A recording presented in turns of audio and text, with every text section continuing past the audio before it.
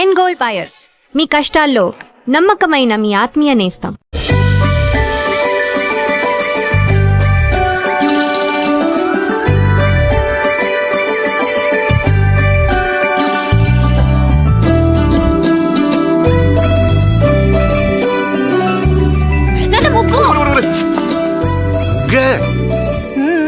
ఏంటి నువ్వే? మీ అమ్మ కూరలో ఉప్పు ఏముంటాయో ఏకంగా వీధంతా బుగ్గేసావంటే. పార్థబాబు వస్తున్నాడు కదా అని. అబ్బా, ఈ వెల్కమ్ అట్టుండాలి కదమ్మా. అవునా? ఏంటి అటుండాల్సిన వెల్కమ్ ఇటు రాసిందయ్యా. ఏం పర్లేదు, అటు రాసిందనుకో నువ్వు ఇంట్లోకి వస్తుంటే మాకు బాగుంటుందని అర్థం. అదే ఇటుందనుకో నువ్వు వెళ్ళిపోతుంటే మాకు ఇంకా బాగుంటుందని అర్థం కదా. దానికి ఇంత కష్టపడి వెల్కమ్ రాయటం ఎందుకు? బై అంటే సరిపోద్ది కదా. ఈ కాన్సెప్ట్ మీ నాన్నకి ఇంకా అర్థమైనట్లేదు. ఎక్కడికి వెళ్తున్నారు? పార్సల్ తీసుకురావడానికి స్టేషన్కి వెళ్తున్నాం. ఎలా గుర్తుపడతారు? పెద్దాడైపోయి ఉంటాడు కదా. కదా, వాడు మనం గుర్తుపడతాడే పదా. ఇప్పుడు మీరు ముసలాళ్ళు అయిపోయారు కదా. దేవుడా, కూతుర్నేమంటే క్వశ్చన్ బ్యాంక్ ఇచ్చావా తండ్రి? రారా. అయ్యో,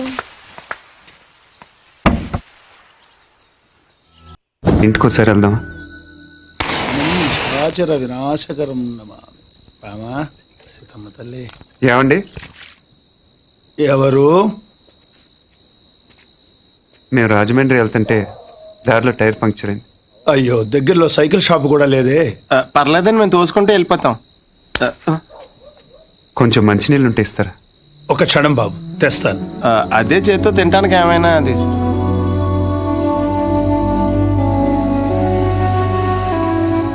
మనం హెల్ప్ చేయడానికి వచ్చాం, బోన్ చేయడానికి కాదు. హెల్ప్ చేయడానికి వచ్చినట్టు నువ్వే పార్దు అని చెప్పొచ్చు కదా. టైర్లు పంచర్లు అబద్ధాలు ఆడతావు ఎందుకు? నాకు నిజం చెప్పడం కన్నా సాయం చేయటం ముఖ్యం. సాయమా?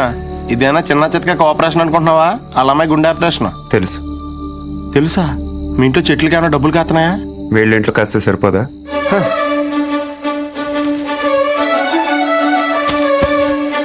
ఏంటది? డబ్బులు. డబ్బులా? ఎంత? 3 లక్షలు. 3 లక్షలా? ఏం సరిపోదా? నీకు అలా అర్థమైందా?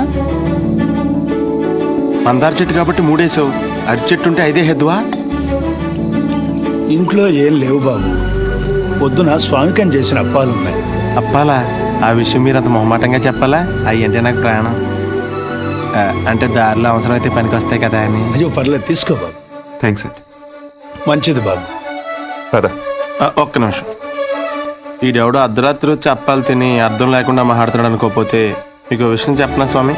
చెప్పు బాబు. పిన్ని గారిని రోజు ఆ తులసికోటకి పూజ చేయమని చెప్పండి. చేస్తుంది బాబు. ఉత్తినే కాదు స్వామి, ఈ మందార పూలతో చేయమనండి. లక్ష్మీదేవి తాండవం చేస్తుంది. అదే చేత్తో చెట్టు మొదల దగ్గర క్లీన్ చేయించండి అమ్మా. అక్కడ బాగా ఎక్కువగా చెత్త అది మొదలు మటుకు ఇంపార్టెంట్ అమ్మా. మందార చెట్టు గుర్తు.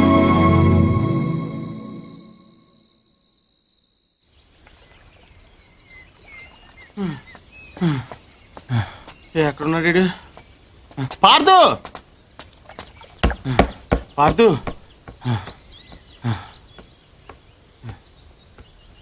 రే పార్దు, నేను రాత్రి పూజారి గారి ఇంటికి రాముడు హనుమంతుడు వచ్చి తెలుసా? ఎవరో అనుకుంటున్నావా? మనమే, సీతలేని రాముడు తోకలేని హనుమంతుడు. 3 లక్షలు ఉంటే 6 నెలల పేకాడొచ్చు, 6 ఏళ్ళు మందు కొట్టొచ్చని తెలుసు, కానీ శ్రీరాముడిని శర్మ గారింటికి తీసుకెళ్ళొచ్చని నీ వల్ల తెలిసిందిరా బాబు. ఏంటే మాట్లాడవు? దేవుడు అలాగా ఉండకూడదు. నేను దేవుణ్ణి కాదు, కనీసం ఇలాగ మనిషిని కూడా కాదు. ఇంకా నయం పార్దుని కాదనలేదు. అవును, నేను పార్థుని కాదు. అంటే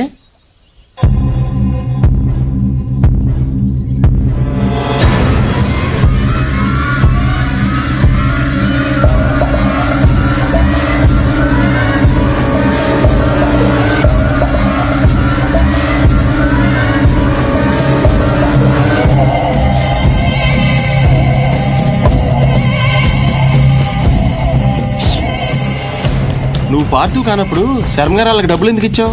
పార్థు వల్ల శర్మ గారి కుటుంబానికి నష్టం జరిగింది కాబట్టి. అసలు నువ్వు మూర్తి గారు మనవడవే కానప్పుడు ఈ ఊరు ఎందుకు వచ్చావు? నా వల్ల పార్థు కుటుంబానికి నష్టం జరిగింది కాబట్టి. కొంచెం కన్ఫ్యూజింగ్గా ఉంది కానీ అర్థమైంది. పార్థు ఇంకొక లాస్ట్ క్వశ్చన్ అడుగుతాను. శివారెడ్డి నువ్వు చంపనప్పుడు వెళ్ళి ఎవరు చంపారో కనుక్కోవచ్చు కదా. ఎవరిని అడగను? ఇంకెవరిని అడుగుతావు? శివారెడ్డి పోయాడు కాబట్టి బాజిరెడ్డిని అడుగుతావు. అడగగానే చెప్పడానికి బాజిరెడ్డి ఏం చిన్నపిల్లాడు కాదు. అలాగని చెప్పి వదిలేస్తామేంటి? పోలీసులతో కొంచెం గట్టిగా అడిగించు. పోలీసులు కూడా నా కోసం కొంచెం గట్టిగానే తిరుగుతున్నారు. అమ్మో, అయితే నువ్వు కొన్నాళ్ళు బయట తిరగకుండా ఉండటం మంచిది ప్రస్తుతం నేను చేసేది అదేగా. కదా. పార్థు, అడగగానే నీ సీక్రెట్లన్నీ నాకు చెప్పేసావు. ఒకవేళ నేను ఎవరికైనా చెప్పేస్తే? నువ్వు అడిగావు కాబట్టి చెప్పలేదు రావణ. నేను నమ్మాను కాబట్టి చెప్పాను. అది కదా నేను ఎందుకు నమ్మానంటే హనుమంతుడి కన్నా నమ్మకమైన రాముడికి ఇంకెవరున్నారు చెప్పు.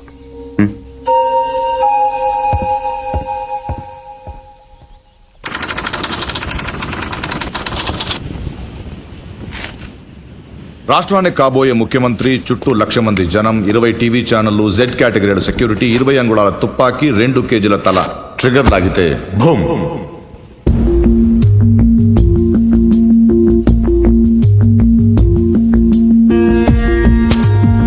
ఇందులో 3 ప్రాబ్లమ్స్ ఉన్నాయి. 1, బుల్లెట్ ఈ గన్లోంచి పేర్లేదు. పోనీ కాల్చిన వాడి దగ్గర 2 గన్లు ఉన్నాయి, కాల్చింది పట్టుకుపోయి దీన్ని వదిలేశాడు అనుకుందాం. 2, ఈ యాంగిల్ నుంచి కాలిస్తే బుల్లెట్ తలపైన తగలాలి గాని సరిగ్గా నుదుటి మధ్యన తగిలింది. It's straight shot. 3, శివారెడ్డి చచ్చిపోగానే పోలీసులు కరెక్ట్ గా ఈ బిల్డింగ్ దగ్గరికే వచ్చారు. ఎవరో చెప్పినట్టు బుల్లెట్ సౌండ్ విని ఉండొచ్చుగా సార్. 10,000 వాట్ల మైక్ సెట్లు, ఆ హోర్లో బుల్లెట్ సౌండ్ వినపడదు. తర్వాత ఏమైంది? ఈ బిల్డింగ్ నుంచి ట్రైన్ మీద దూకాడు సార్. ఇక్కడి నుంచా?